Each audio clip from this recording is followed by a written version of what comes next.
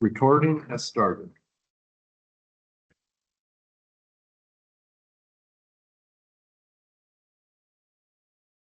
Okay, I'm going to go ahead and call the meeting to order.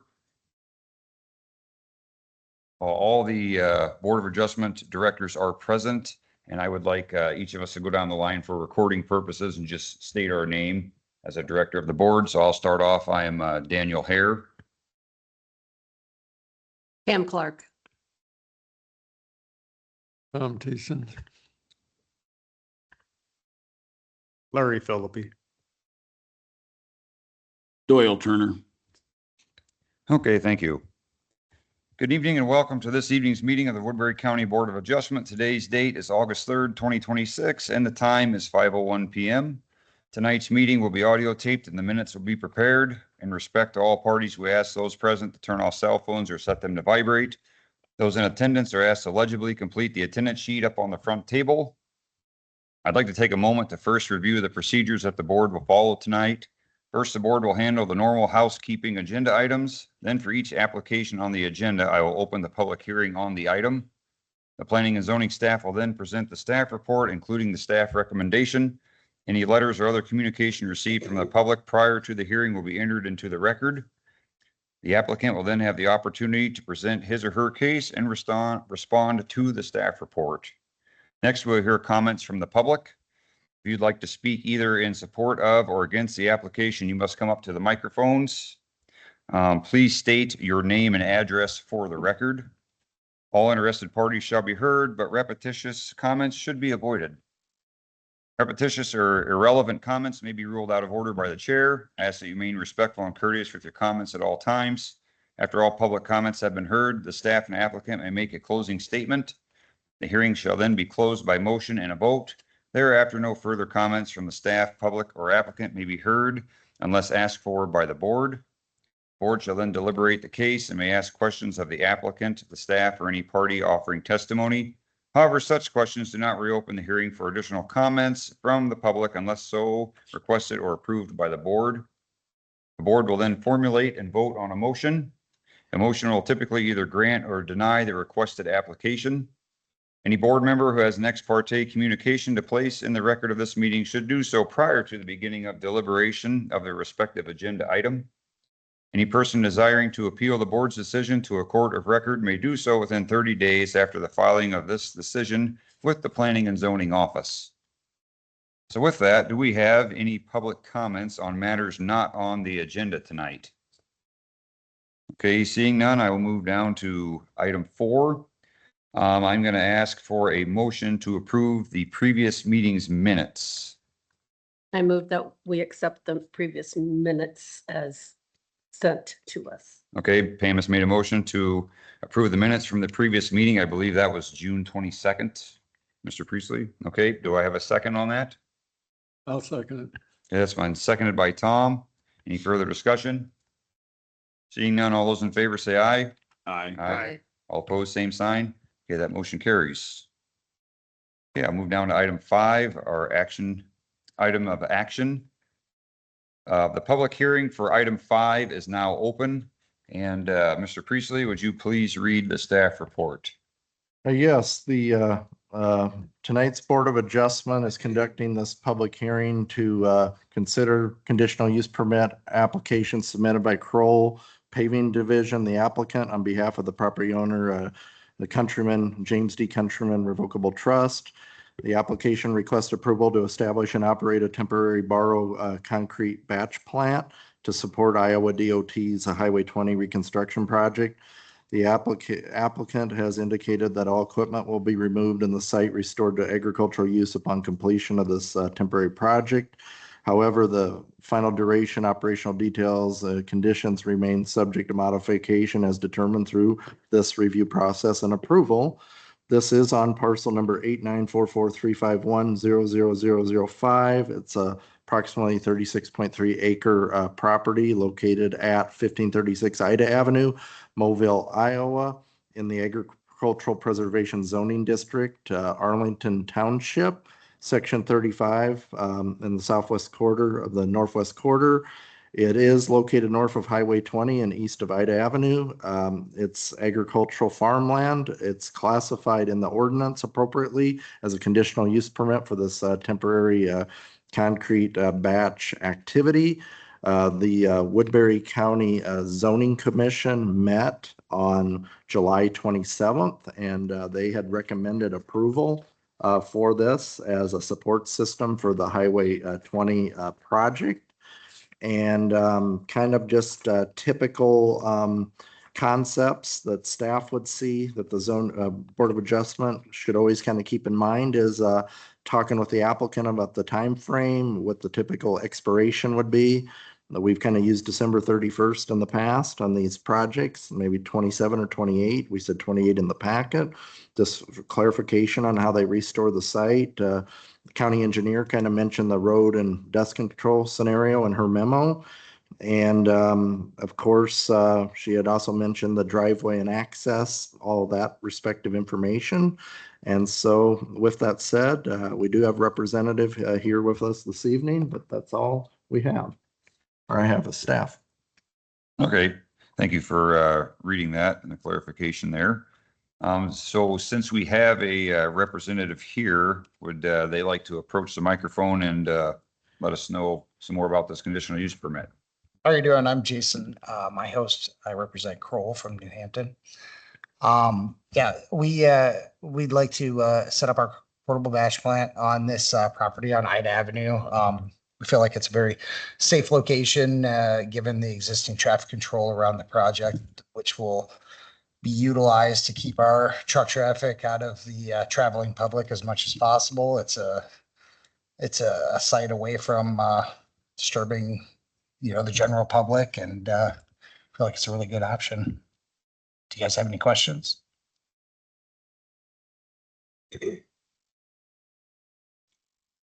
I guess I'll start off with one. What is the proposed timeline for it? I mean, where do you actually see this actually commencing and ending? We'd like to start paving later this month, start production, and finishing this year with production towards the beginning of October. And then we would be back next year, probably the same time frame, somewhere in August, and be finishing up October next year, and then clean up after that before the first of the year. So we should be completely done and out of there by 2028. So you do think it is reasonable to have a 2028 expiration on this then? Absolutely. Okay. Yeah. Anyone else on the board have any questions?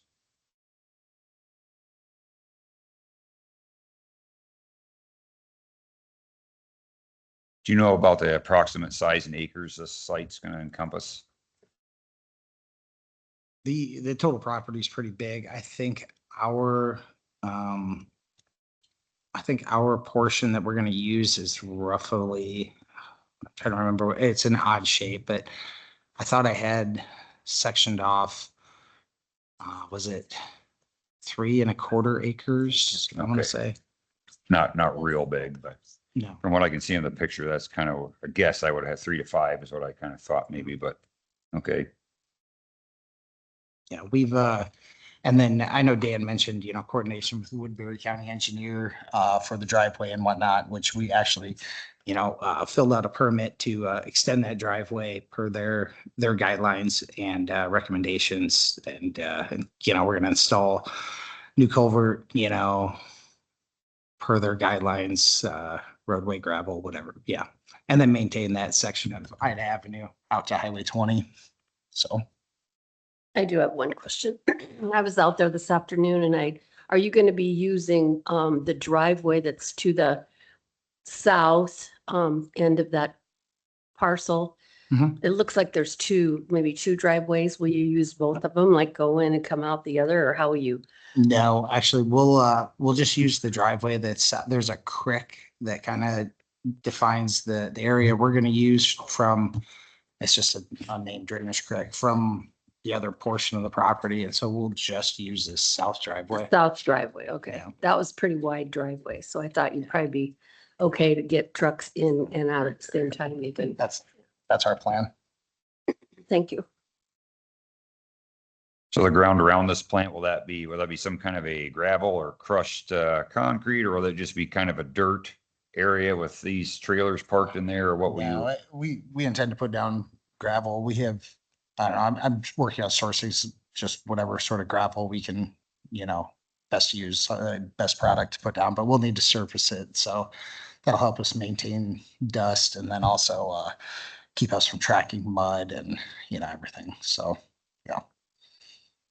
One thing I might add is just, paying attention to maybe the primary noxious weed control, around the perimeter, keep it looking nice and the weeds toned down. I mean, maybe that's something for board discussion, I suppose, but Dirt work. okay. Nice. Okay, any further questions from anyone else on the board? The only question I have, it's obvious it's going to be a construction site. So when it's all said and done and cleaned up, you guys, you bring a topsoil back in, turn it back to the farm ground that it was, or? Yeah, so currently he says he doesn't farm it. He just uses it for parking. So I don't know what his plans are exactly when we're done, but he would like us to bring the rock back up for him to use elsewhere on other properties and stuff, and then cover it back up with soil, I guess. So that was our plan, to restore it when we're done. That's Okay, what we have written in our lease agreement, all right. the site restoration. So it would be seeded back to grass, I'm assuming then. Yeah. Yeah, if that's what it's kind of whatever that owner wants, but yeah, essentially we would seed it down and prep it and seed it. Okay, thank you. Any further questions from anyone else?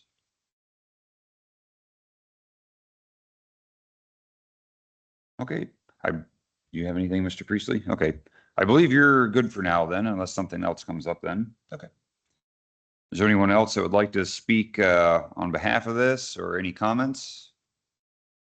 No one on the phone, Mr. Priestley? No one on the phone. Okay. I guess with that, I would ask that maybe we entertain a motion to close the public hearing. So do we have a motion to close the public hearing on this conditional use permit? I moved to close the public hearing. Okay, Pam's made a motion to close the public hearing. Do I have a second? I'll second that. Seconded by Doyle. Any further discussion? All those in favor say aye. Aye. Okay, that motion carries. Public hearing is now closed. So I'll open it up to the directors here and we'll formulate a motion on this. Personally, I think it's pretty straightforward. We've dealt with these matters before and we know it's really necessary to have a site for the paving of Highway 20. So I wouldn't have any objections, for sure. I as well wouldn't have any objections to this. I would recommend you guys maybe look in the packet on page, I believe it's maybe 17-11. It looks like, we have the basic measures that we have in here for our basic conditional use permits in the past. We have an expiration date, December 31st, 2028, site restoration, the road maintenance and dust control, the necessary driveway permits, if applicable, from Woodbury County secondary roads. Maybe I would add that we make sure there's the control of weeds on the premises. I don't know if that's necessary or not. We've added that before.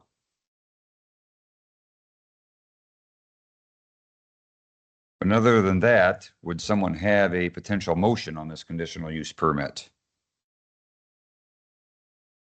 We just use the one here, the suggested one.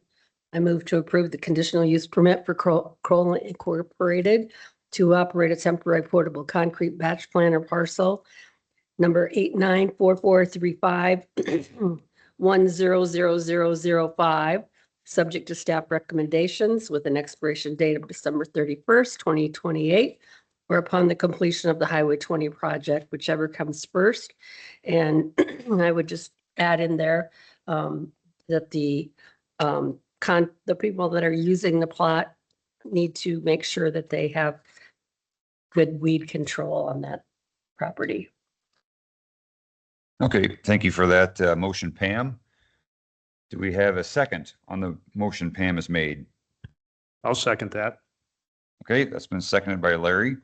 Is there any further discussion on this suggested motion? Okay, seeing none, all those in favor, say aye. Aye. All opposed, same sign. Okay, that motion carries 5-0.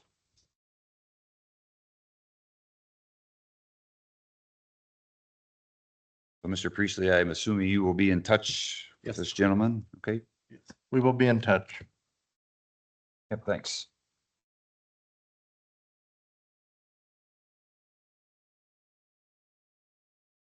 Okay, I'm going to move down to our next item here. The public hearing is now open on this item. Mr. Priestley, would you read the staff report on item B in our packet? Okay, and that would be.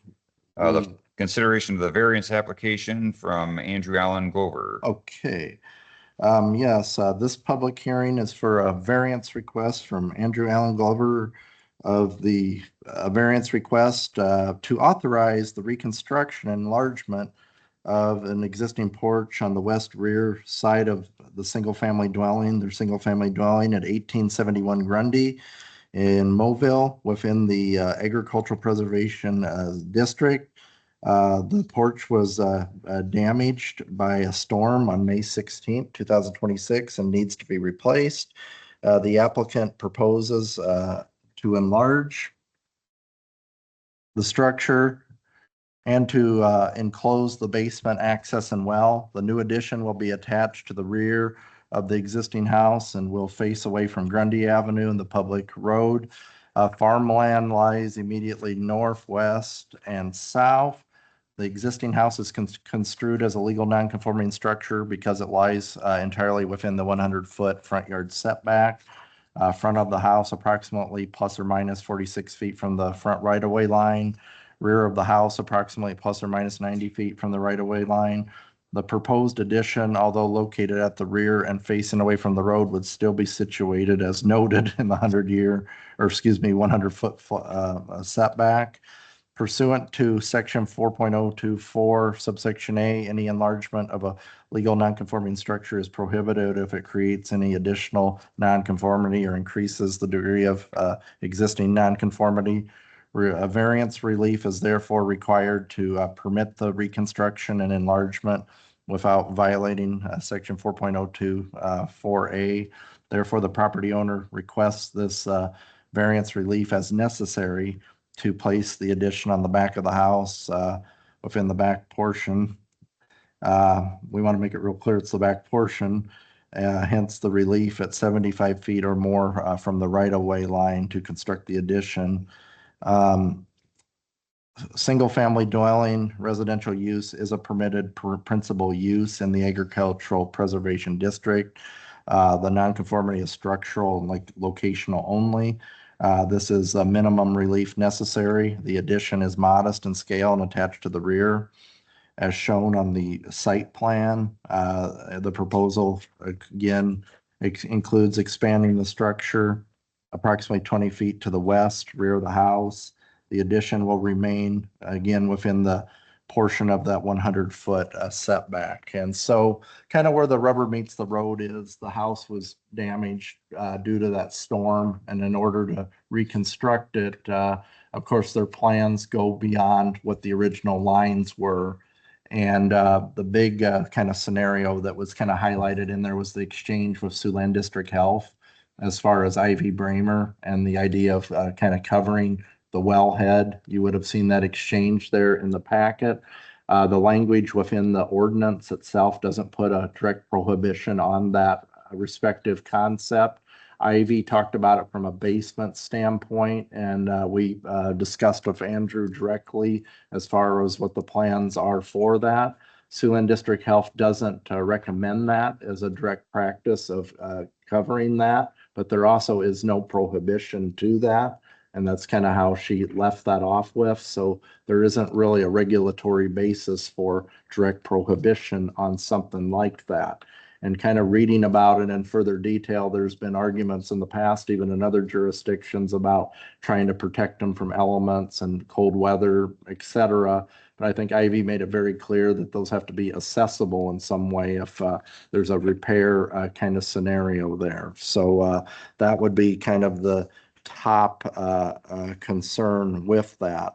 But overall, staff recommends approval with the conditions as laid out on kind of page 49/6 in the backup to materials. And basically, the Board of Adjustment must be clear in the decision that the property owner is enclosing or covering the well at their own risk.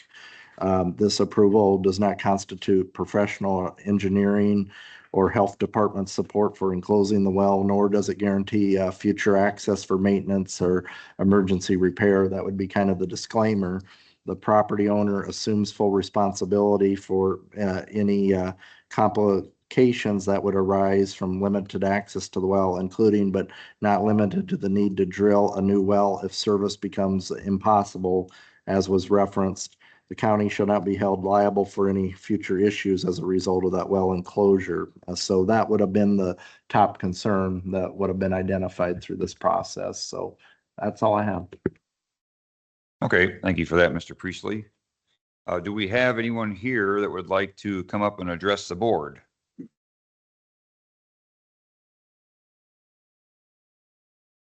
And name and address if you could, please. Andrew, could you push those two buttons on there? And would you mind repeating? Andrew Glover, 1871 Grundy Avenue, Mobile. Thank you. I guess I just need, did you have any questions on any of the plans? Did you need clarification on anything that was drawn out as far as the well? Access is available to that. I've had Koloff well service in there before. We got hit by lightning about 5 years ago. I had to go replace the capacitor.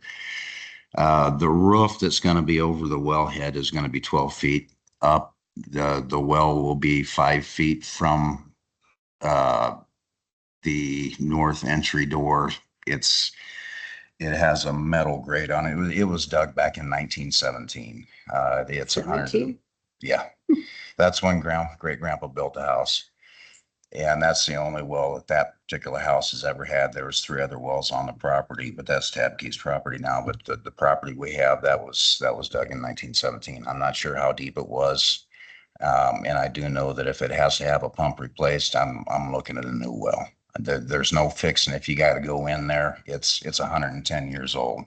There ain't no fixing down in there. So I'm prepared if something happens to apply for a permit to dig a new well. In fact, I might do that next year after I get this done, just to have a new well dug in case something happens. Is it an open well? It is not. It is enclosed. I do have pictures of it if you'd like to see it. It's concrete, like culvert rings down in there, and it's about 4 feet down. It's got an iron grate cover on top, almost looks like a manhole cover that locks in place. And it will not be cemented over. It'll be in its own little area where if anybody wants to get to it. All this is going to be for me is like a utility area. It's just going to be a post frame construction, nothing real fancy. Just I want my porch back, and I want to be able to access my basement without having to go outside and lift up the old ground access to the basement. That's all I have. If you guys have any questions, I'd be more than happy to answer them for you. So we're essentially, I mean, this well, in my mind, you were actually enclosing this in a living area of your house. You know, I'm like, well, how is this going to work? So it's just going to be essentially under a roof. Just under a roof, essentially dirt floor, or that area will be concrete. Now, yes, it will have concrete in it eventually, but right now I just wanted to get it enclosed and make it a 3-season room and have it a utility area so we can store. I will have a roll-up door on the north side so I can park my little garden tractor inside there. But so you are fully prepared to abandon this well and drill a new one if you were to Yeah. have some problem with it, Yes, then sir. essentially. And I can tell you right now, from my own personal experience, my well blew the water line to the house, and so we've got no water. And so I get the well problems and the water line problems, so just so you're fully aware of that, it's a headache. I've had well problems every winter this year, and that's why I want to get it under a roof. I've had it freeze twice. And I've had to replace every water line in that house. So will this keep it from freezing potentially in the Yes. future, so you will have it somewhat Yes, heated it or? will be climate controlled in there. Okay. I guess I have no further questions at the moment. Does anyone else on the board have any questions? I was out to your place this afternoon too, and just, I noticed you had quite a bit of damage. It must have been on the front side to the east and to the west. Yep. both. 'Cause You'll it notice looked I like had the you were- sticks in the ground as well. I did that before I realized I couldn't do that, so they've been sitting there for about a month and a half. But it looked like the deck that you're, or the addition or whatever you're doing kind of wraps around the north side and there's already an existing deck on the north side, right? There's a deck on the north side. And then it wraps, is it There's gonna a- wrap there's a around little- or just, I rebuilt the front deck as well on the east side, but no larger? It was just the same as what you had before, right? Yeah. Okay, got it.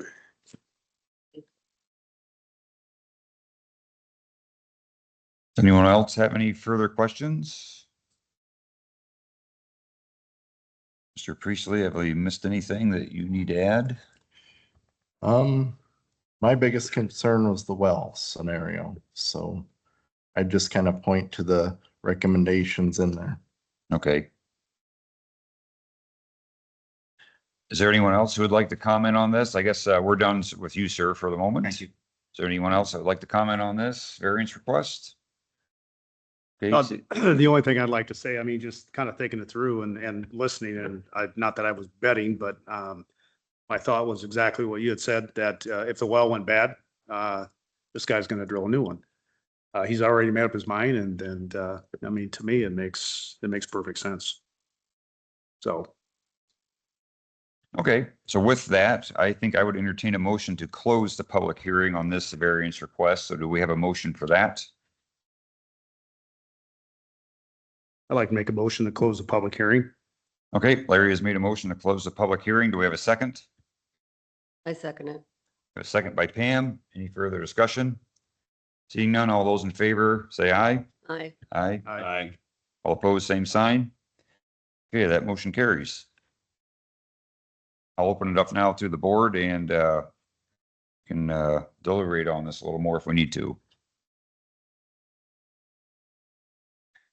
And I'd also direct you guys to look at page 49 in our packet if you need some of the guidance on the back and forth and possible conditions of approval with the disclaimer, you know, that takes the county liability off this, like we've done in the past.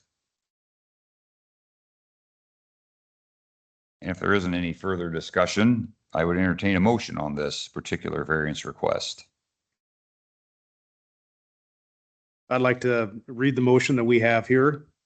I'd like to move to approve the variance application for Andrew Allen Glover, partial 884517400006 at 1871 Grundy Avenue, Mobile, Iowa, granting relief from section 3.04 and section 4.02 4A of Woodbury County zoning ordinance.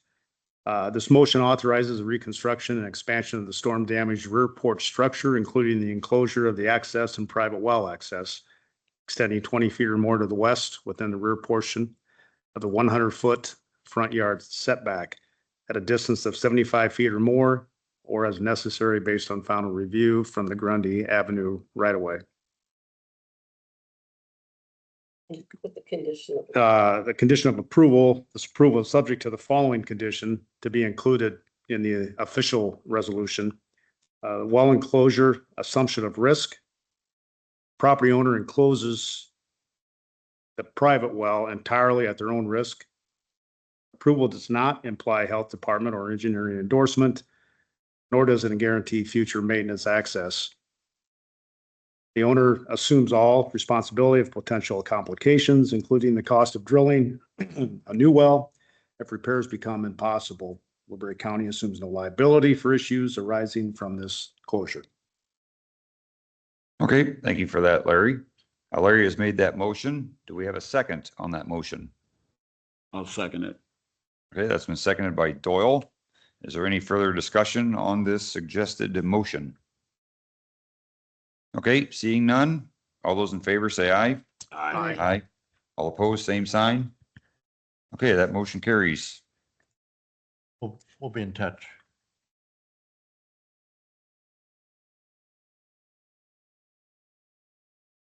Okay, I'm gonna move down to item C.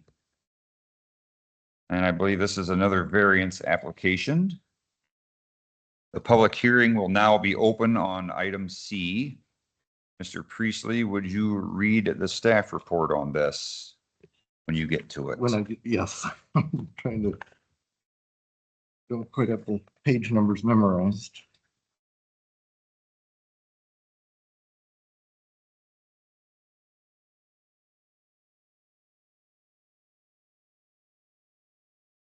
Okay, I believe, or is it 84, Mr. Priestley? 84. Okay, 84 in the packet. Okay, so tonight's public hearing is to consider this variance application submitted by property owners David Monroe and Megan Monroe. The application pertains to parcel number 894429100010, which is a 2.01 acre area located at 2750 140th Street in Mobile.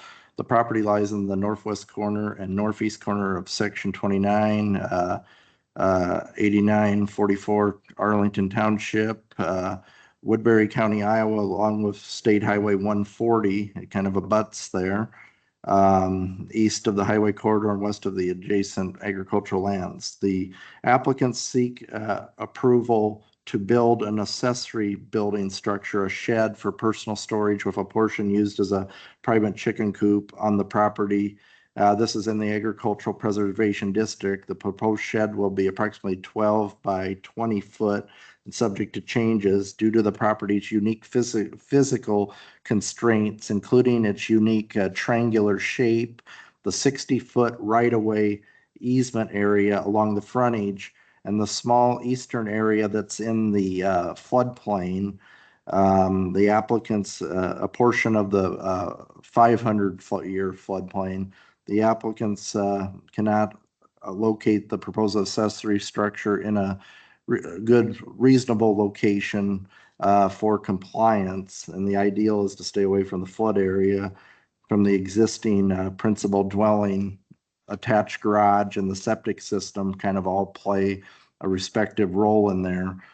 Specifically, the applicants request relief from section 4.12.3, which provides that no accessory structure shall be constructed closer to the front line than the front edge of the principal structure, or 2 times the required front yard setback, whichever distance is shorter.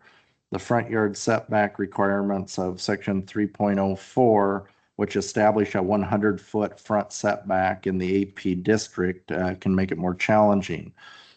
So the applicants propose placing the shed approximately 45 feet from the front property line and 105 feet from the center line of the abutting road within the constraints of the 60-foot right-of-way.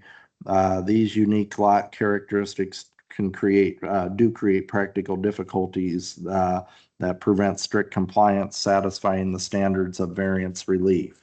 The requested relief is the minimum necessary and does not authorize a prohibited use.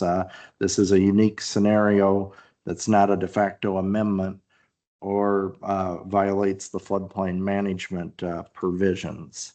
And I think for the uniqueness of this case, it would kind of help to show if we can get to the picture, you see this triangular portion, and I should actually say that this actually has both 500-year and Zone A floodplain in the south corner portion.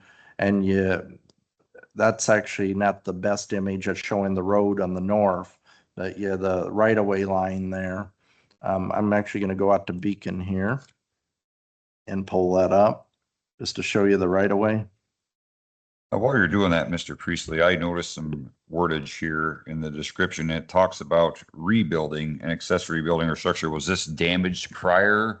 It was out there before, but it wasn't in an appropriate format. It was just out there, built kind of without a permit. And so when this was identified, I mentioned to the property owner who approached the office about getting it permitted and said that this to be built again, it's going to have to go through a variance procedure and the building permit procedure. Okay, because I noticed that also in the Yeah. county engineer's letter about the word reconstruction. So I just wanted a little clarification on So that. technically, it is a reconstruction of a structure. Okay, And just to go back on the right-of-way portion here, you'll notice this right-of-way is not your typical 33. It's a larger one.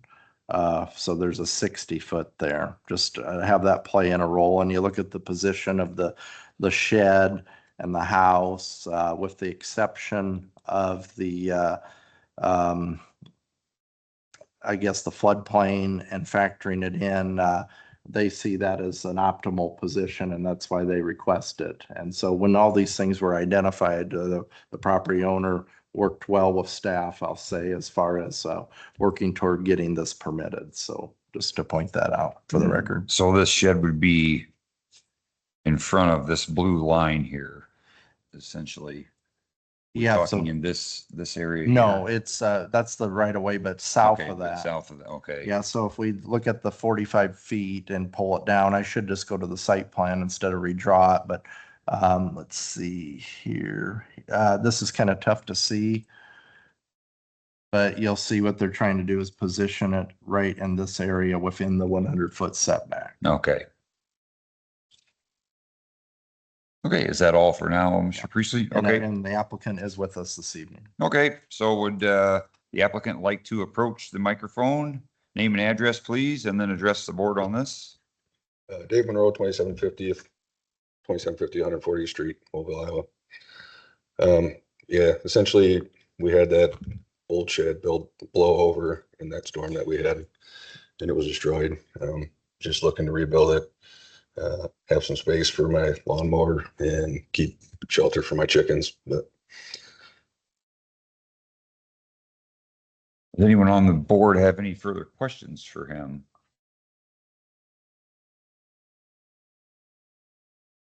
I drive by there every day, so I know you've had that shed Yeah. there for, ever since you got on that property. Yeah. But it'll be in a little bit different spot than now this time. essentially the same location, but it'll be a little bit different shape.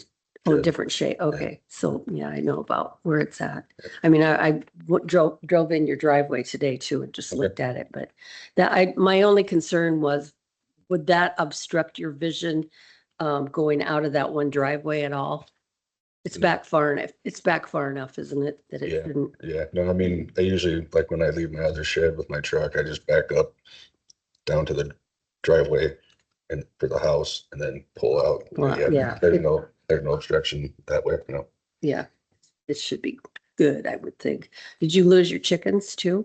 Surprisingly, we only lost 2 of them. Well, that's lucky. But it must have been, I think we had a little tornado go Had through a bit there Something there, yeah. because it pretty- just mangled up the grove just north of there too, just a mess, so.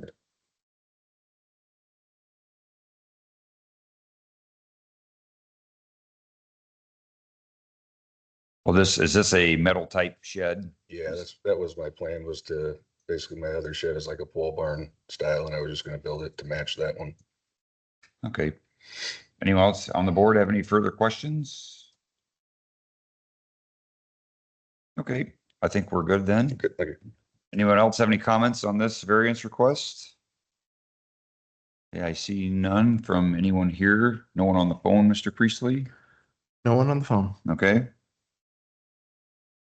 I guess with that, I would entertain a motion that we close the public hearing on this variance request. I so move. Okay, Pam has made a motion to close the public hearing. Do we have a second? I second. A seconded by Doyle. Any further discussion? Seeing none, all those in favor of closing the public hearing, say aye. Aye. Aye. Aye. All opposed, same sign. Okay, that motion carries. I'll now open it up for us on the board to deliberate on this. I guess I would start off by saying, we've seen variance requests like this before, with something that has a unique physical constraint due to particularly this triangular shaped lot. So I wouldn't have any problem with, approving a variance like this.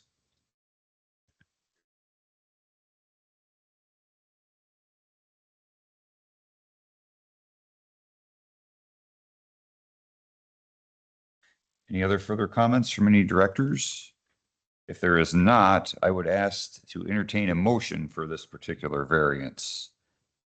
And I would direct you guys to page 87 in our packet. Gives us some further clarification. I would move to approve the said variance request as presented by allowing the accessory structure to be built in front of the principal structure and to reduce the front yard setback from 100 feet to 45 feet on the said property. Okay, Pam has made a motion on this variance. Do we have a second? I'll second that. Okay, that's been seconded by Larry. Is there any further discussion? Okay, seeing none, all those in favor, say aye. Aye. All opposed, same sign. Okay, that motion carries. Be in touch with. Okay, with that, I believe I am down to item D. Am I correct on that, Mr. Priestley? Yes. Yes, I believe item D, Page 115. Okay. When the new one starts. page 115 in our packet. The public hearing is now open on this agenda item. And Mr. Priestley, would you read the staff report when you get to it? Yes, this public hearing is to consider the variance applications submitted by property owners Thomas A. and Deborah F. Schroeder. The application pertains to their parcel numbered 884704152004, which consists of 3.64 acres and is situated at 6500 6th Avenue in Sioux City, Iowa. The applicants seek to construct a deck on the side and rear of their home, an L-shaped wooden deck of approximately 846 square feet on their property located in the agricultural estates. And I'll note it's very close to the corporate of Sioux City. To do so, they request relief from the strict application of section 3.04, the zoning district dimensional standards in the AE district, which requires 75 foot from the front right-of-way line. The existing house is a legal nonconforming built in 1900 prior to the adoption of zoning regulations and is fully situated within the 75-foot setback, making it the legal nonconforming under 4.02 as referenced to the zoning ordinance. Strict compliance would make it practically impossible to add or modify the home without variance relief, creating an unnecessary hardship and practical difficulty that prevents the reasonable development enjoyment of the back and side yards. The side of the home functions as the front entrance adjacent to the driveway.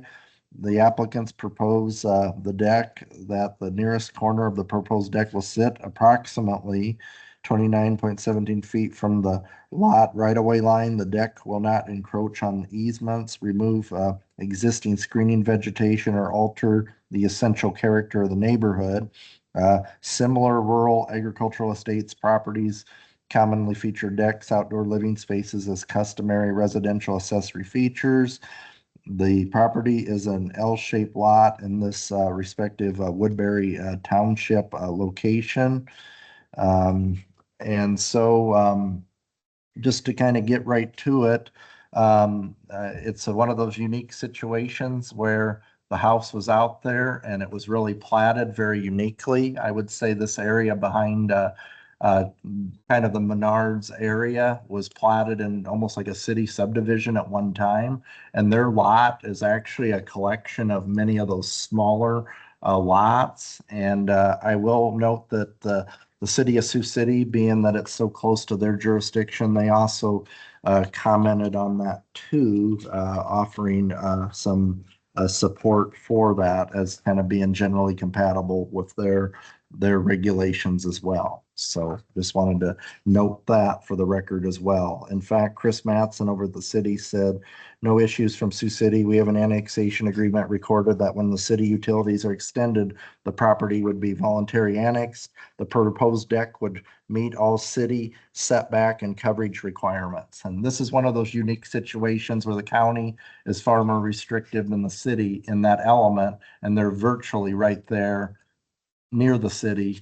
So from a practical difficulty standpoint, this looks like a very reasonable request. So I tried to find it and my GPS took me to the Menards parking lot. I couldn't find it. Keep going where? Which way? Go around the school. Around the school. Okay. the Schroeders are here. I couldn't find it. Okay. I would invite the applicants to come up and address the board if they would like to.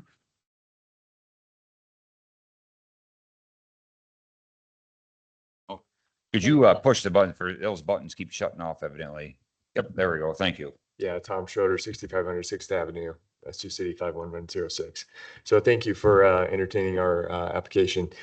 Kind of just what Dan said, it's built in 1900 before anything was really zoned. And yeah, we just simply want to put a deck on the primary deck on the south side, which will overlook the majority of the property.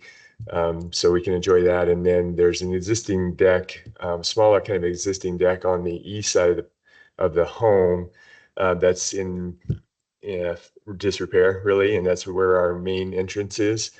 So that was needed to be come down or improved at some point anyway. So we just thought we'd do everything at once.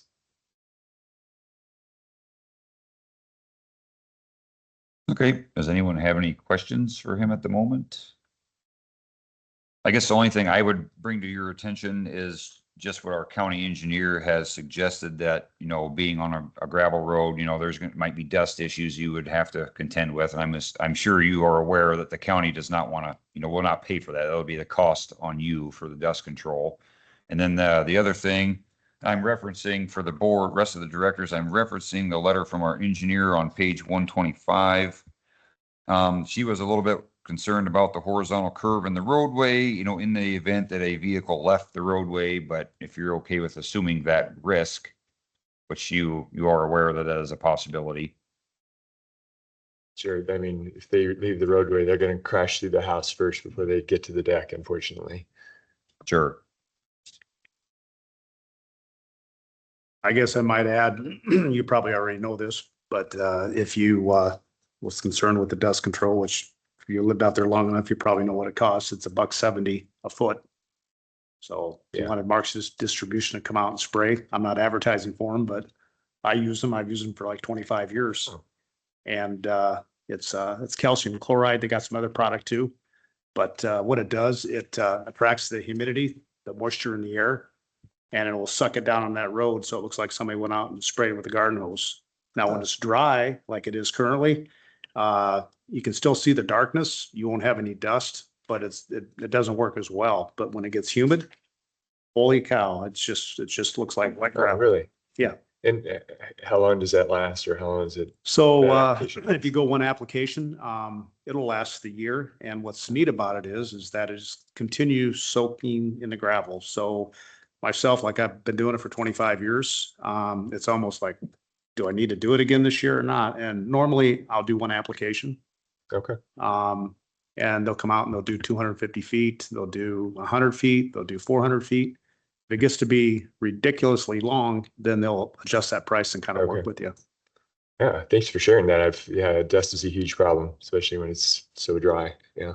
Yeah. Probably don't have a whole lot of traffic on that road though, do you? If I yeah, can actually- find it, Yeah. Well, I mean, quite honestly, there's probably 6 houses back there, maybe. And a lot of them order off of Amazon. And so there's lots of delivery trucks that go back and forth. So more than you would think, actually. Yeah. Yeah. Yeah. Yeah. Somebody next to me might order quite a bit off of Amazon. Anyone else have any further questions on the board? Okay, I think we're good then for now. Thank you. Yep, thank you. Any other further comments from anyone in the house here tonight? Seeing none, no one on the phone, Mr. Priestley? No one on the phone. Okay. With that, I would entertain a motion that we close the public hearing on this variance request. I make a motion that we close the public hearing. Okay, Doyle's made a motion to close the public hearing on this variance request. Do I have a second? I'll second that. Okay, that's been seconded by Larry. Any further discussion? Okay, seeing none, all those in favor say aye. Aye. Aye. All opposed, same sign. Okay, that motion carries. In our deliberations now, I'll open it up between us. I think this one's pretty straightforward. I think the issues have been addressed to the property owners with our county engineers concerns, which again, we're on page 125. I direct you guys to look down at page 119 in our packet towards the bottom. And I guess I'll open this up for discussion.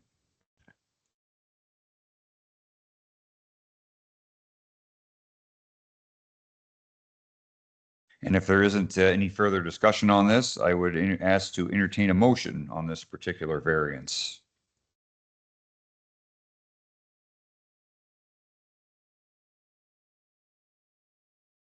Don't see any problem. I move that the Board of Adjustment approve the variance requested by Thomas A. and Deborah S. Schroeder for relief from the strict application of section 3.04 zoning district dimensional standards of the Woodbury County zoning ordinance to permit construction of the proposed L-shaped wooden deck on the side and rear of their home, and that the nearest corner of the side deck be situated approximately 29.17 feet or as practical and necessary from the front lot line right of way. Further, I move that the county engineer's concerns be incorporated and addressed directly within the board's approval resolution, which would be, it'll be at your own discretion to take care of the dust control and also accept the fact that a car going around the curve could accidentally crash through your house. Pam, I might suggest too, if just for reference in your motion, it's not there in the suggested, but relief for section 4.02.4A as well. Just have that incorporated. Oh, okay. And I would also add that this resolution would provide relief for section 4.02.4A which prohibits enlargement of a legal non-conforming structure that would create additional non-conformity or increase the degree of existing non-conformity. Okay, thank you for that motion, Pam. I'll Okay. second that. Okay, we have a second by Doyle. Is there any further discussion on this particular motion? Okay, seeing none, all those in favor say aye.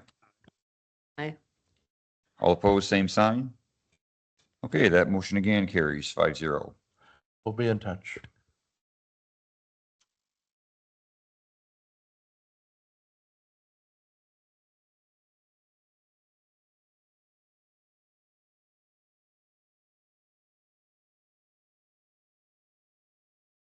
Okay, I believe we are down to item D on the agenda. Am I correct on that, Mr. Priestley? It's E, I think. Or E, yeah, E. Sorry, we just did D, so we're down to E, which deals with the official posting of the Board of Adjustments agenda location, which I believe we had our special meeting and addressed that on June 22nd.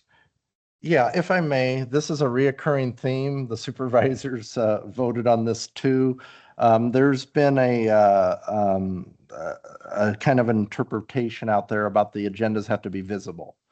And you can look at it from the perspective of having them on the main bulletin board where they have always been, of course, during business hours.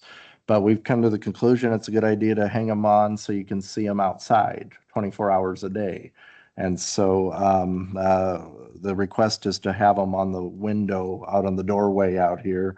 And they've been hanging out there in the month of July and forward, and for the Board of Supervisors. So each board has to recognize this basically just to get it on the books as official policy for the Board of Adjustment. So we have a suggested motion in there for you. And the motion actually says it all.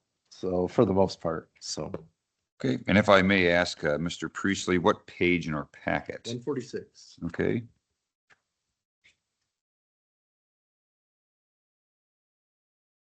And we don't have to have any public hearing on this. because No, it's just in-house a- procedure. Just a board approval. Okay.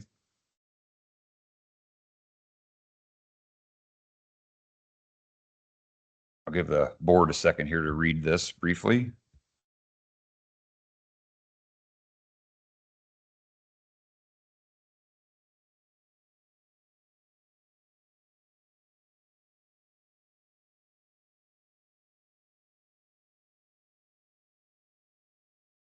Okay, so from my understanding, Mr. Priestley, that we will have a dual posting location. Yeah, and so like for tonight's meeting, it was posted on the window. So there's the old entrance that is now closed. It's an emergency exit out here on, let's see, Douglas. And then the bulletin board is when you come in over right before you enter the security station. So our bulletin boards are there. And of course, it's available on Woodbury County website as well. Okay, thank you, Mr. Priestley. With that, I would entertain a motion on this.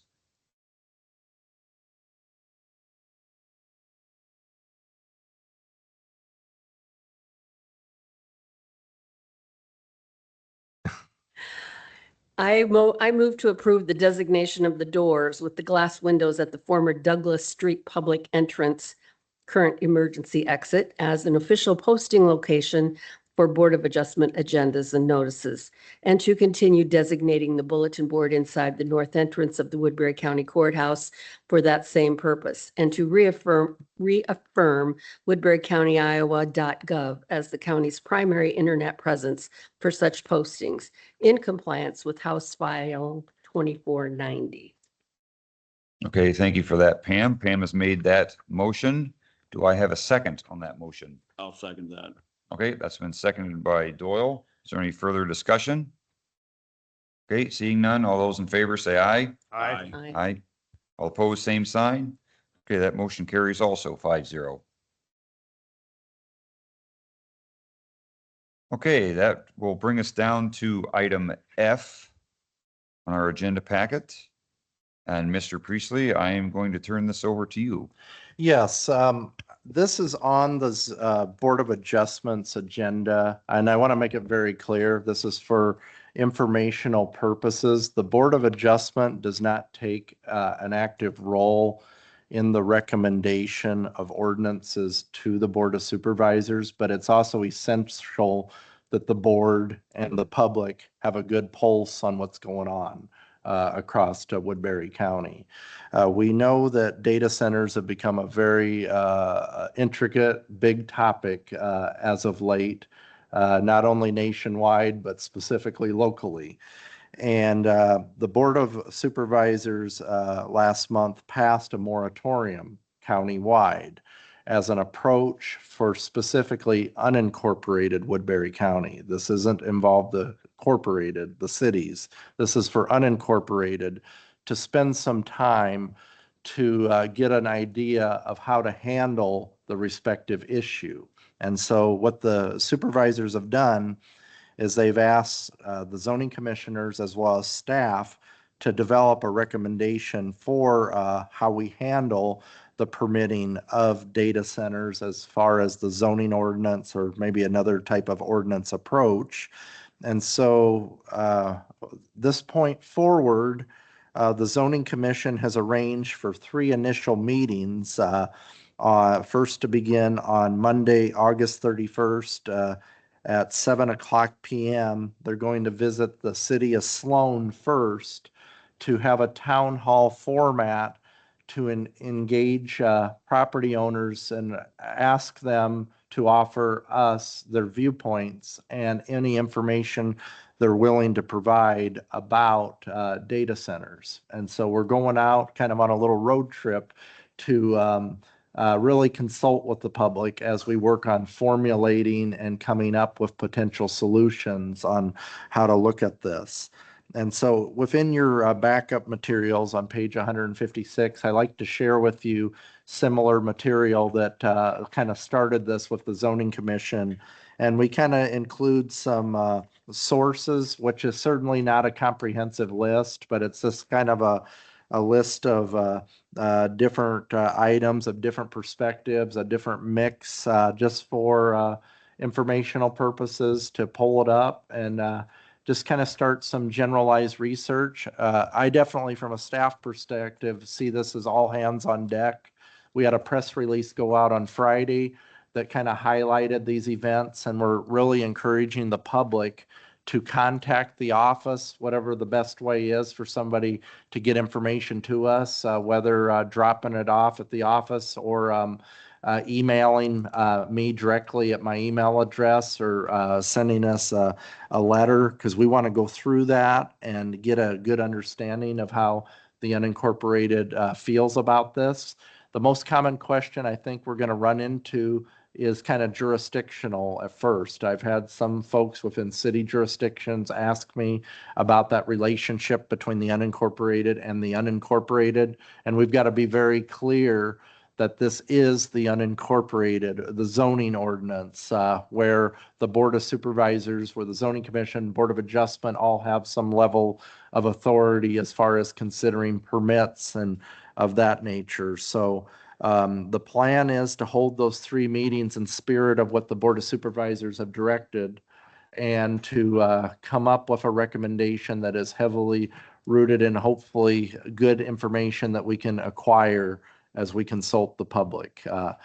We did this with solar quite extensively. We did this with nuclear on getting some information brought in. And one of the key aspects is looking at the permitting mechanism, how we go about permitting it.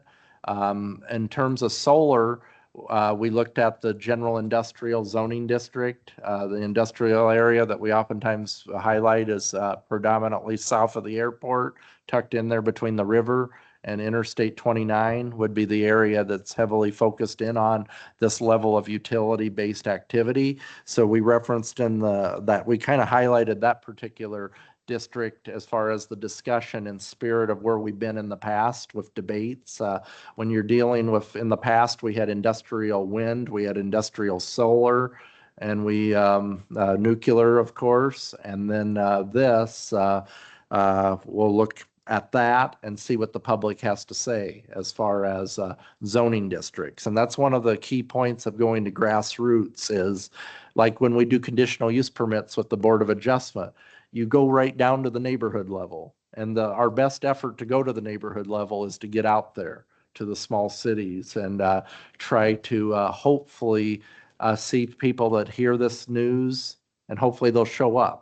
And Woodbury County's been very spirited in the past, so we hope that we can bring this closer to their homes and their areas of the county so that we can have opportunities for folks to submit comments. And I think what we learned with everything going on, that it's a spirited debate. There's a lot of serious information that does affect our county. And the goal is to get a good pulse on it so that we can bring good information back to the Board of Supervisors. So logistically, there will be town halls to facilitate the information collection, but the Zoning Commission will also do their regular business here in this room so that they can facilitate applications like we did tonight, but they will also have agenda items on there dedicated to the issue at hand. So in other words, every time that the Zoning Commission meets, there will be an opportunity generally to discuss and engage the issue. Like before, it seems like we do this work all the time when we're heading into harvest.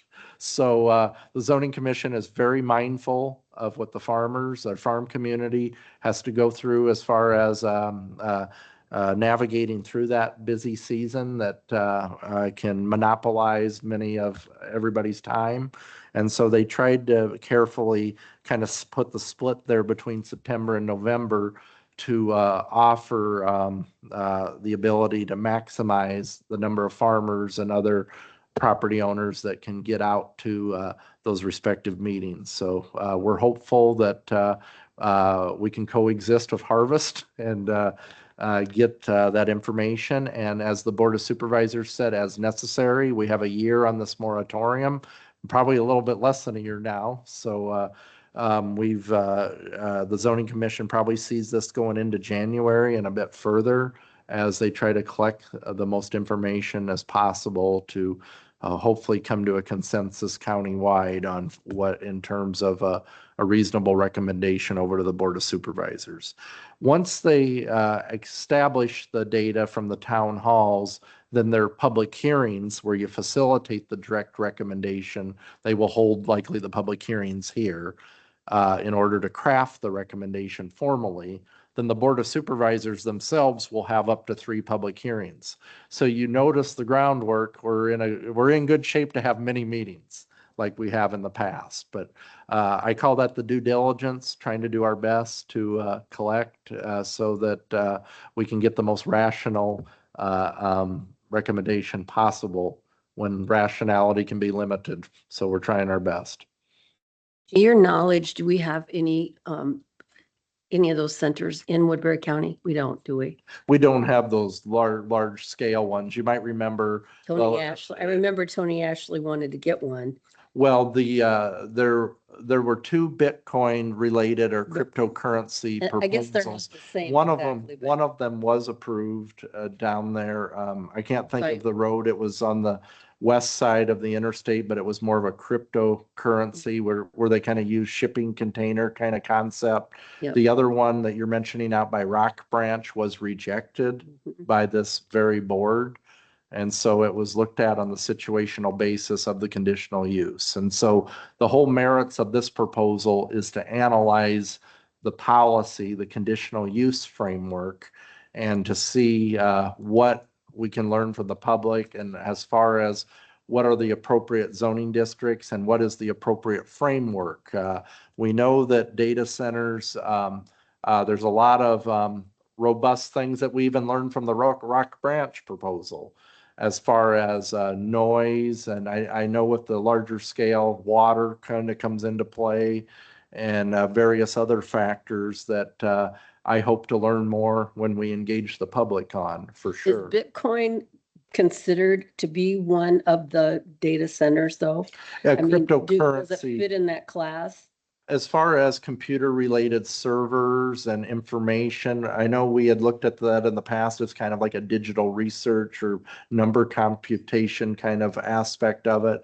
But when you get down to the root of a data center, they directly look at basically they're a large scale of computers that are interconnected with server software. And if we get really technical, I'm not the computer guru as far as the graphic processing units or hard drives or the different things that comprise a data center, but they're in scale to collect information as far as the digital footprint that many institutions, organizations have out there. Think of all the devices that we have now with the computers and the cell phones, et cetera. So you kind of see where the marketplace, this has kind of come to play, where there's some level of want and asking for them. And so we have to encounter that in 2026 based on where technology has kind of went to. I would think you'd have to, define what you're talking about. I mean, you would have to, when it came down to getting a policy, you would have to set the parameters of what you're talking about. And and we technically, as a zoning commission and a board of adjustment, kind of do that broadly when we look at the conditional use. And that's where this issue has become so significant now that it's more than appropriate to start to define it and tighten it up so that there's clarity. The public needs to have clarity and expectations of what their local jurisdiction and their government does when an issue gets far broader. The ordinance is designed in a way that to help us try to adapt or to transition. We might find out that things are perfectly fine as conditional use, but there's points where the nuclear is a good example, because technically you could argue before that nuclear was an acceptable idea to bring up as a conditional use. I remember we talked about a couple parameters in there that could be associated with nuclear as far as conditional use, but it's better for clarity and for a level of understanding from the public, from developers, et cetera, to have a framework. And a framework creates predictability, and predictability is a wonderful thing in zoning, especially ambiguity. Well, anytime you have ambiguity, ambiguity can lead to levels of frustration.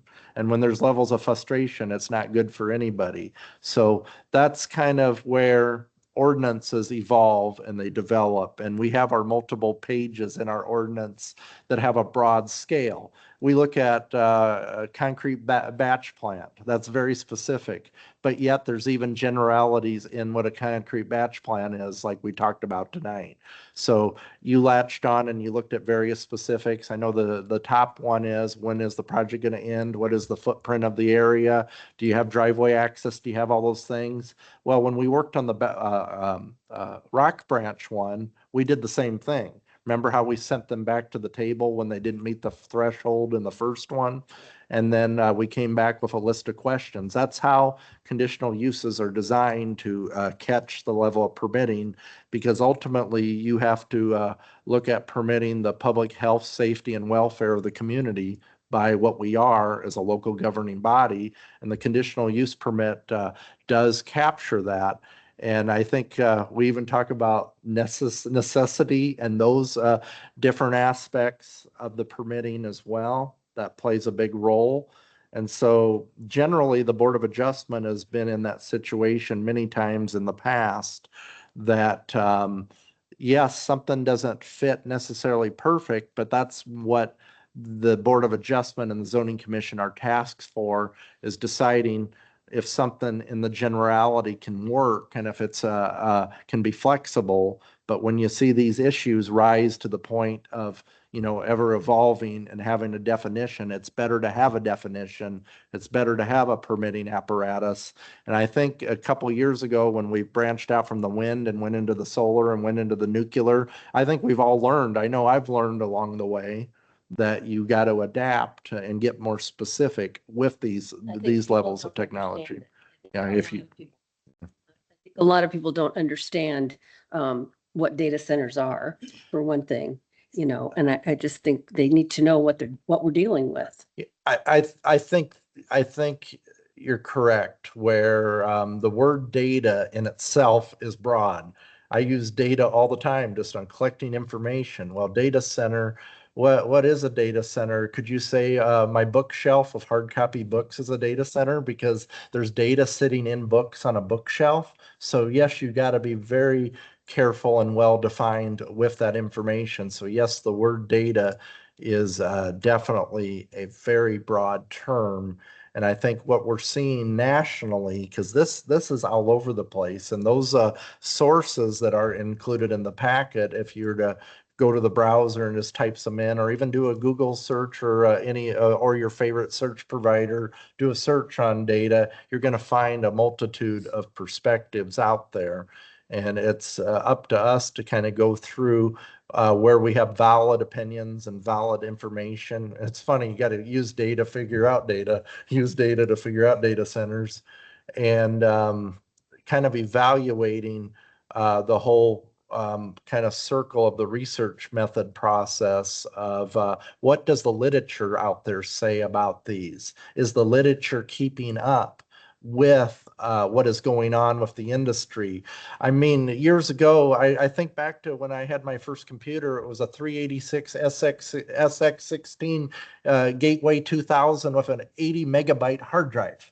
I just can't imagine an 80 megabyte hard drive now because some of our files, these packets, I've had packets get up to 40 megabyte before with all the information put in there. So I've oftentimes wondered this as we kind of move forward through the digital age and have to store this stuff on a device. It's just amazing how you think of the Library of Congress and all this data that sits up there in a digital format. We're talking about I kind of lose the number frame when you go from megabyte to gigabyte to terabyte to whatever. The technology over the years has just evolved on what data storage is and all the activity that goes on. The folks that you think about, the folks that use social media.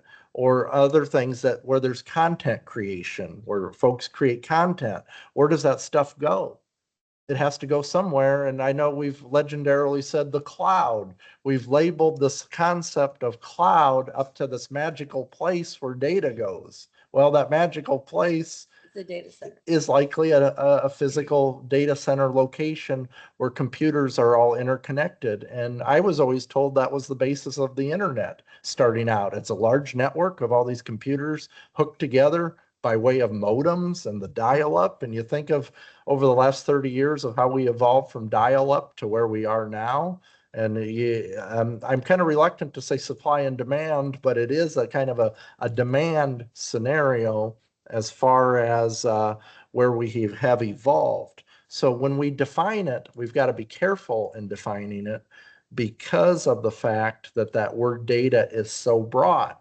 If you have a business that has a server room, is that an accessory? Is that an accessory data center? Meaning that if you have a bank or another institution that may have an on-site level of data within their respective facilities. So intensity is another thing as well. We have to look at maybe intensity. Those Bitcoin ones that we looked at, or cryptocurrency, were a much different footprint than some of these big ones that have been discussed across the country and the nation.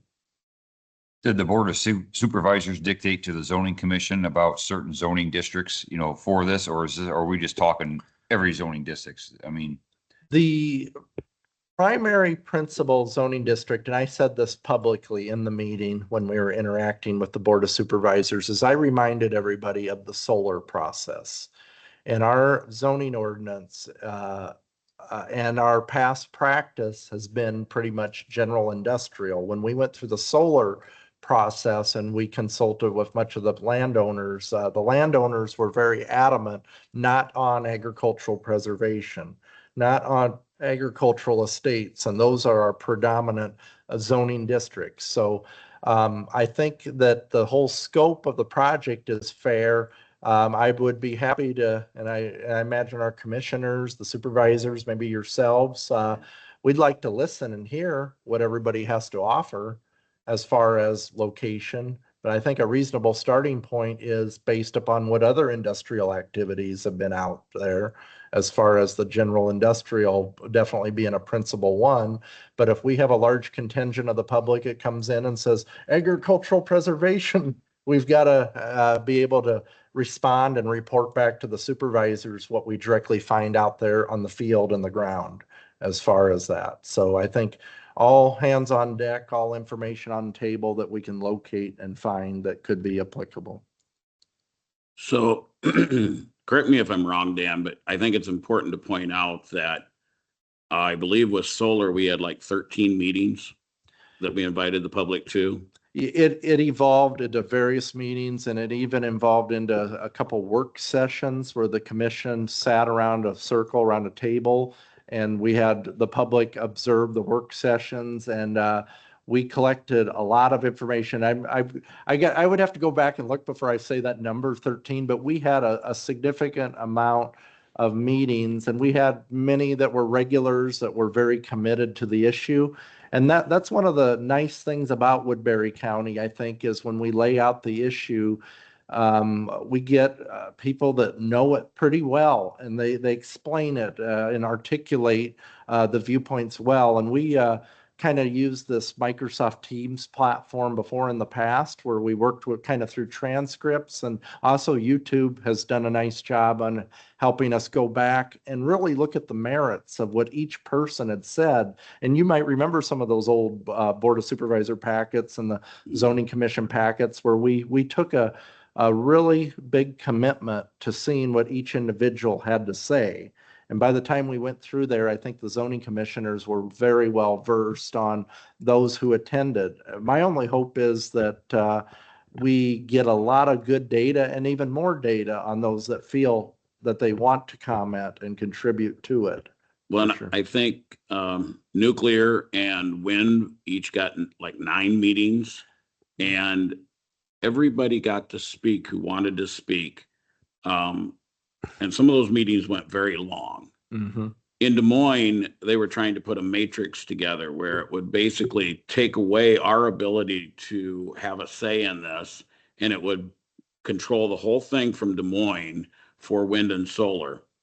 And in the Senate subcommittee, the people got 20 minutes.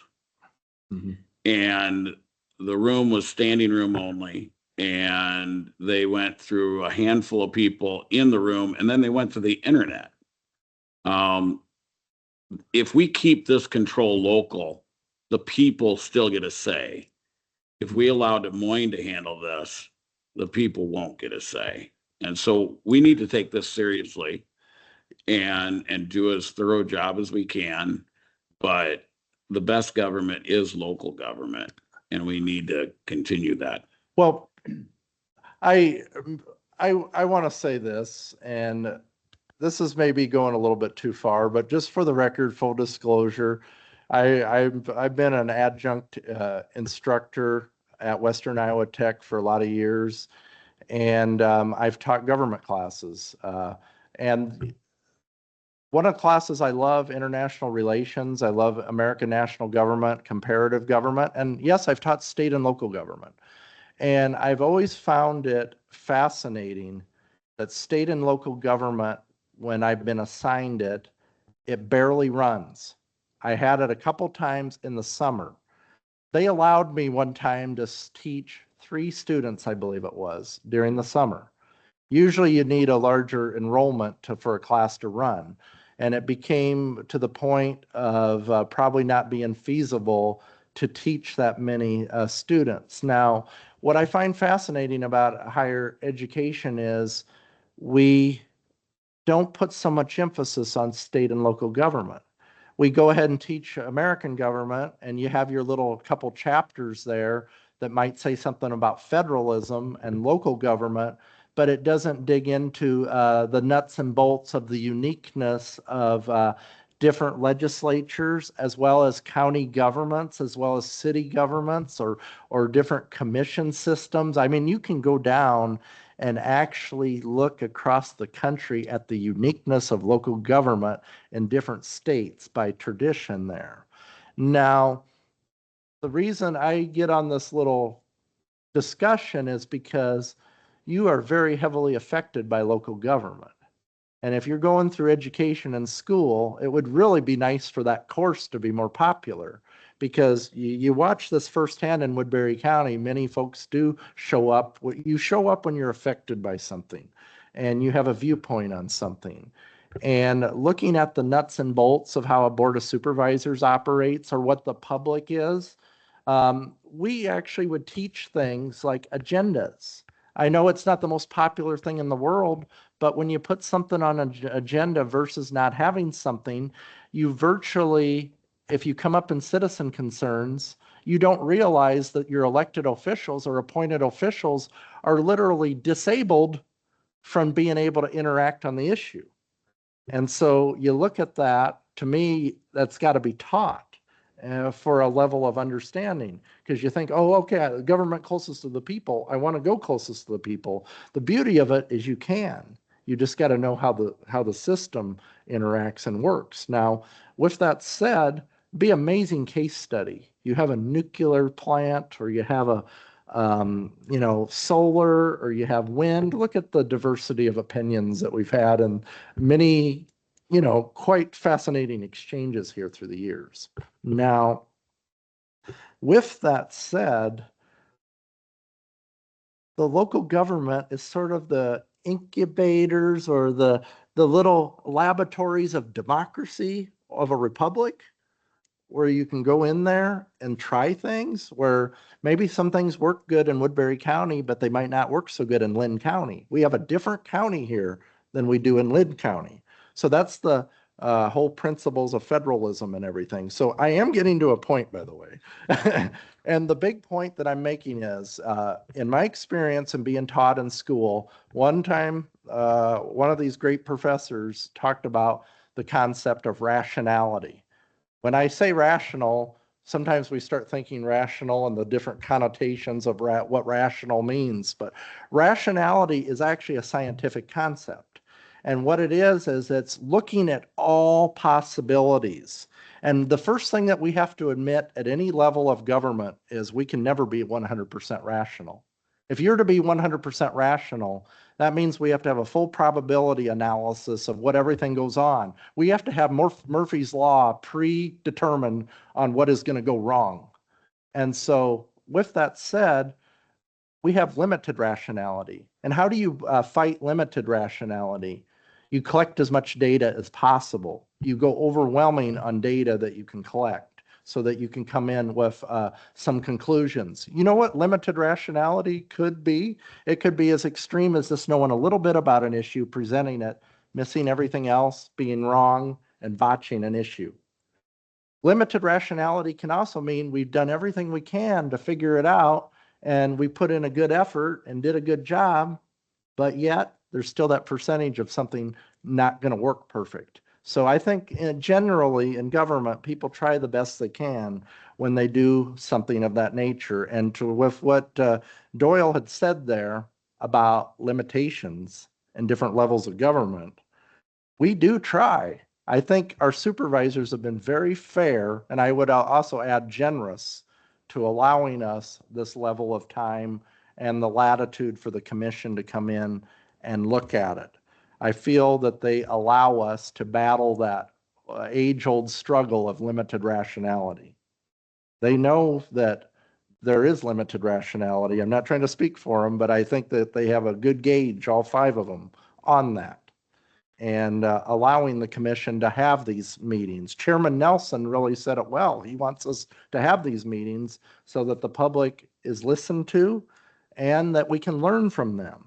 And we don't say that enough. We got to learn from them about what goes on directly in their respective backyards, in their communities. And communities are also sub-communities. Your neighborhoods are sub-communities, and they all add up to the bigger picture. And that's what American federalism is all about, is the uniqueness and the state level, the local level as a whole, and looking at the big picture of what works and does not work.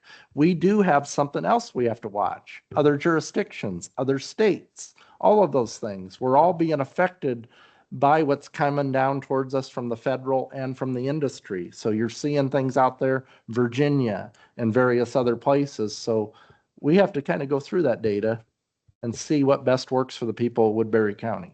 So, Since we're talking about a lot of things here, I wanted to ask, and I just wanted to bring this up, and I think we've all learned this recently, is that annexation of land or property pretty much pushes the county government out of any jurisdiction. And I know, and we're talking about unincorporated property that involves the county, but when it gets annexed into a city, as what we've seen recently, are we seeing a new way of the industry to be able to work around government? Meaning what we saw here locally was a big surprise to me. I didn't know that that could even be a possibility. And now it's reality. And so what are we doing as a county government, as a local government? We don't have any government because we're allowing cities and towns what it appears to be to do whatever they want. And it's in contrary to what the county wants. And that's why we have such a quagmire of opinions. I don't want to go too far away from this information item, Right. but I will say generally, and this fits, the supervisors follow normal order.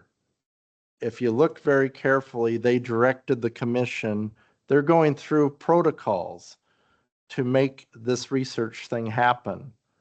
It's grabbing on and hanging your hat on a specific policy. As far as where you're going, there's processes within Iowa code as well as ordinances that you do follow and you encounter, and that multitude of how local jurisdictions, and that again, that's the beauty of federalism, to the point of I usually hold people into understanding federalism to the point of the I don't want to call it where it can be misinformation, where you have, I live in Sioux City, I'm in Woodbury County. You know what that means, right? I live in Salix, I'm in Woodbury County. The idea to distinguish the Board of Supervisors separately from your city council and knowing that there's a governing body that's specifically outside of the borders. Where it gets confusing is there are relationships where the supervisors have some roles, some limited roles that deal with the communities, but especially with zoning, it's specific to that unincorporated area. Now, wearing the zoning hat, and many people get tired of me saying this, normal order on anything is your comprehensive plan for your community. Iowa code under the zoning measures empower communities and the county to have a comprehensive plan for both the unincorporated area and the incorporated area. And those comprehensive plans lay the basis of a document that was hopefully, if done right, was the people were consulted, the landowners were consulted, meetings were held, work sessions or different consultation meetings were held, which were done with our comp plan. And so deciding what goes in that comp plan becomes sort of the guiding light for the communities on how you base your zoning decisions. The comp plan, you notice anytime we do a rezone in unincorporated Woodbury County, when the zoning commission has to do it, they have to answer the question, does it fit with the comprehensive plan and map? And so comprehensive plans have maps that lay out the priorities for the community. So we can look to our future land use map, look specifically to agriculture districts or different, we have it predetermined where ag is, where industrial is, where commercial is, so we can easily point to that. So if somebody in an unincorporated area comes for an application, I want to rezone my property over to this, we look at the map and say, wow, you got comprehensive plan and map support there. It's reasonable. It'll get staff recommendation. The commissioners see that. Yes, we'll get recommendation. We also factor in the corn suitability rating. That's part of it as well about converting ag over. And so I guess the big point I'm making is there are processes that go into place, front door processes that are by virtue of comp plan, by virtue of ordinance, by virtue of tradition that we follow. And that is especially with this information item here. As far as Woodbury County is reaching out to the public in an input-output scenario.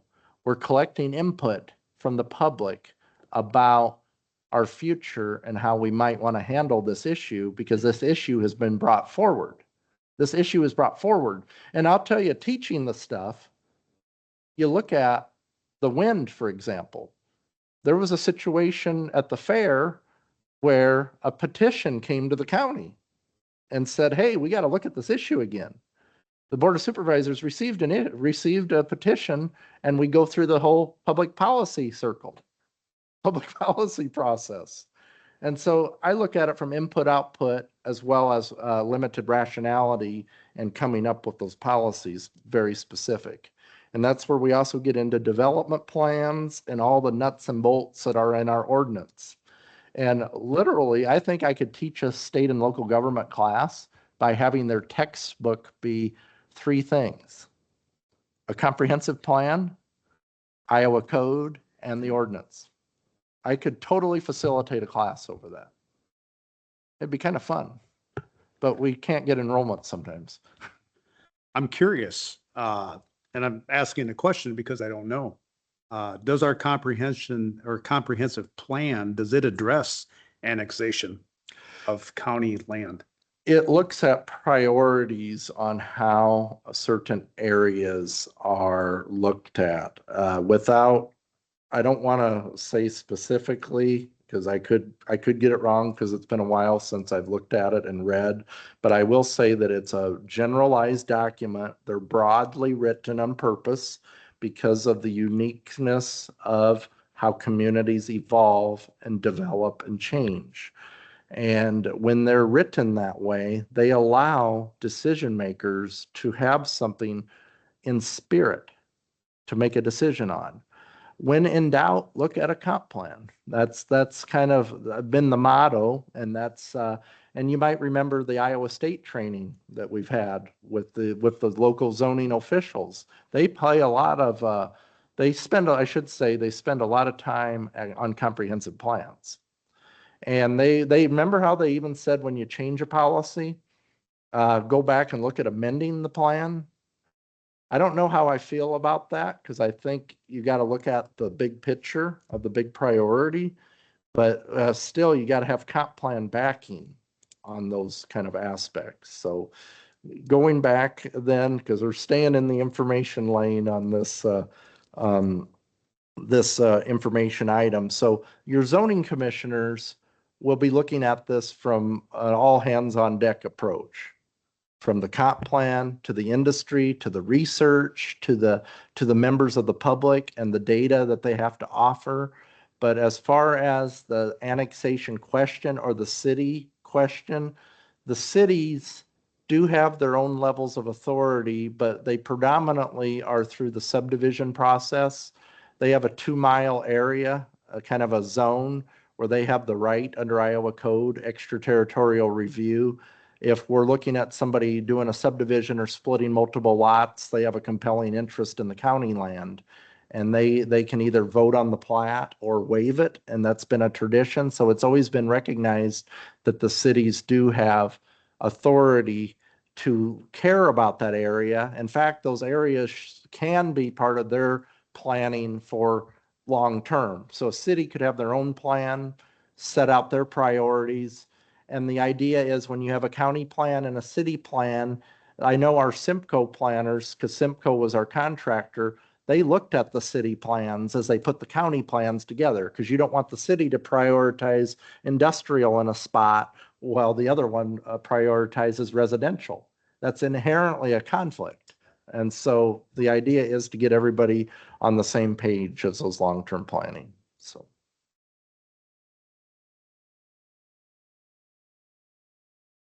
Well, thank you for that informational update, Dan. I guess with that, or do you have anything further on that item? I do not. Okay. I guess I will move down to number 6. Do we have any public comments on matters that were not on the agenda? This is round 2. No one in the audience and no one on the phone. No one on the phone. Okay. I'll move down to item 7. Do we have any more of a staff update? Like I said, just be a little bit redundant. We've got those meetings coming up. We hope we'll get a good turnout, and there's definitely a lot going on. We had several variances here tonight. I think we're gonna be busy coming up. September meeting, most likely. Yeah, and that's the other thing. Thank you for saying the word September. I think we have that Labor Day conflict again. And so with that said, I wanted to poll everybody. How does everybody feel about Wednesday of that week? What day? Labor Day would conflict. So would September 7th is Labor Day. So would everybody be okay with Wednesday the 9th? Would be fine with that. Okay. Tom, You can't do it on the night? Tom can't. okay. That don't work for you? Huh? The 9th don't work? Okay. Is there any other time that week, or is it the one day? Tenth. I'll just skip that maybe. Okay. Well, Ninth or tenth. okay. Yeah, because we'll have to probably try to get the business done that week. So if we could get a large commitment out of everybody else that we have a quorum, that would be great. Yep. And Tom, if you are in a position where you could call in, you could do that too. Okay. So otherwise, is everyone else fine with the 9th? Yep. Wednesday the 9th, yes. I Okay, believe so. that's actually what we've done before. All right. Okay. Moving down to item 8, do we have any board member comments or inquiries? Okay, seeing none, I would entertain a motion for adjournment. I make a motion to adjourn. Okay, Doyle's made a motion to adjourn. Do we have a second? I'll second that. Okay, that's been seconded by Larry. All those in favor, say aye. Aye. Aye. All opposed, same sign. Okay, we're adjourned. Thank you for coming tonight.